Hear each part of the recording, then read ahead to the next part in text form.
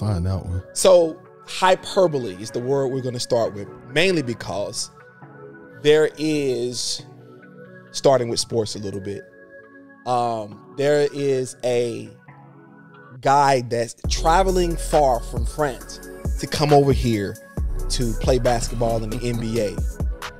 And I use the word hyperbole because it's being touted that he is the greatest prospect ever, the greatest prospect we've ever seen in possibly team sports. Hyperbole. I don't know.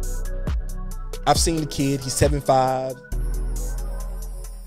athletic, can shoot the ball, uncannily can handle the ball with ease.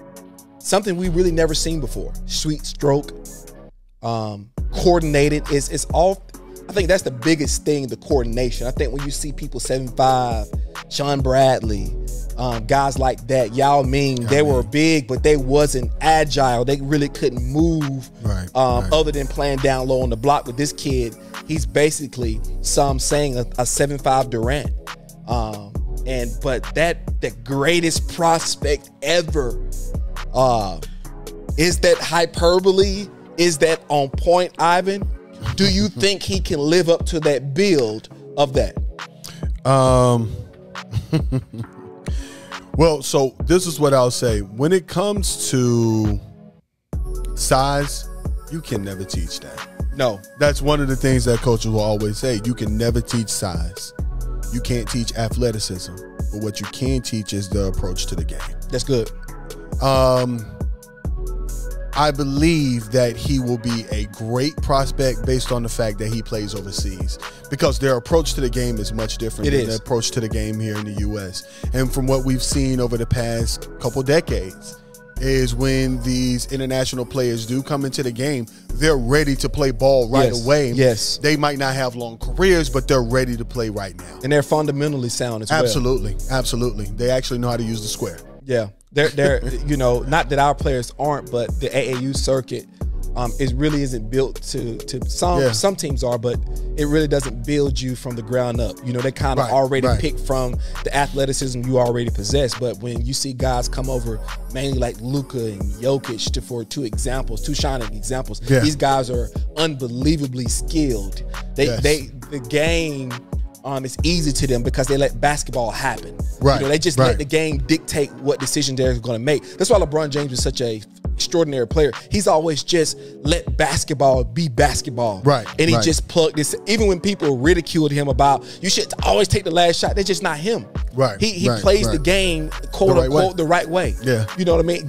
Playing the game the right way doesn't, like in life, like I say, doesn't always get you championships. Like you can do the right thing in life all the time, but you can still get a bad outcome. Absolutely. That's how it Charles Barkley. Absolutely. People don't really realize Charles Barkley was extraordinarily great. Extraordinarily great. A 6'4" power forward leading the league in rebounds at one point. Like, that's absolutely unheard of. Uncanny. Unbelievable. He was a juggernaut. But he ran up against, I think he ran up against like the largest solar eclipse we've ever seen in Michael Jordan. You know what I mean? He ran against a different planet. You know what I mean? And when you see something like Jordan, it's just unfortunate. You know, it was one of those unfortunate things. But watching this guy Wemby being the greatest prospect ever, that means, what is yours? What is his ceiling? Because if it's ever, what can he do? Like, is it championships? Is it domination from the beginning? There's some people saying that by year 3, he'll be the best player on offense and defense by year 3. You know what I mean? So I don't know.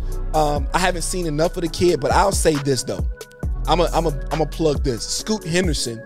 You hear me say this? Scoot Henderson in this draft is like that. I'm not going to go on a tear about Scoot Henderson. You go look for yourself. To me, he is incredible. He has incredible pace. He's unbelievably athletic. I think he's one of the best athletes to walk into the NBA. He's just 6'2". Just watch him. He's not a miss. He's going to be that guy. But back to Vic. I don't know. I don't know. Guys tend to have foot issues. like that when large they're guys, back issues. Yes. Yeah. I don't know the wear and tear on the 82-game season. It's just so many unknowns. That's why I think he's the greatest unicorn of all time. Absolutely. I think that's I think that's appropriate based on, and that's absolutely fair. Yeah. I mean, 7'5" and can handle the ball like a guard and can shoot the basketball from anywhere on the floor, but actually can score around the basket. That's absolutely unheard of. And being 7'5". Yes, that's uncanny. And the only question is, can it hold up? If it can hold up, then you're going to have problems. Right. You're going to have real problems, because what you're essentially saying is, I'm bigger than everybody. I can play just like y'all, but I'm a foot bigger than you. You get what I'm saying? Yeah. It's like playing, it becomes like playing with a mismatch. Like playing with I'm a foot taller than you. It don't matter if we are the same skill. Right. The height matters. Right. You know, you can't. Because what if you line him up at 3? Yeah, you can't do anything about it. Yeah. He can put you down then he can shoot over you. Yeah. So, you know, there's a lot to be desired here. I don't want to put too much pressure on this kid, because, you know, the NBA is a different beast. He hasn't played in the NBA, hasn't played against American basketball. Speed. Yeah. It's just different. The physicality over here is different as well. Even let's go back to what I named with Jokic and Luka. When you're talking about them, even they had a tough time with the physical nature. They had to get, you know, they was getting bumped around and getting bumped out. So it is a different game over here. I'm anxious to see what he can do and how he handles himself. But, you know, transitioning to how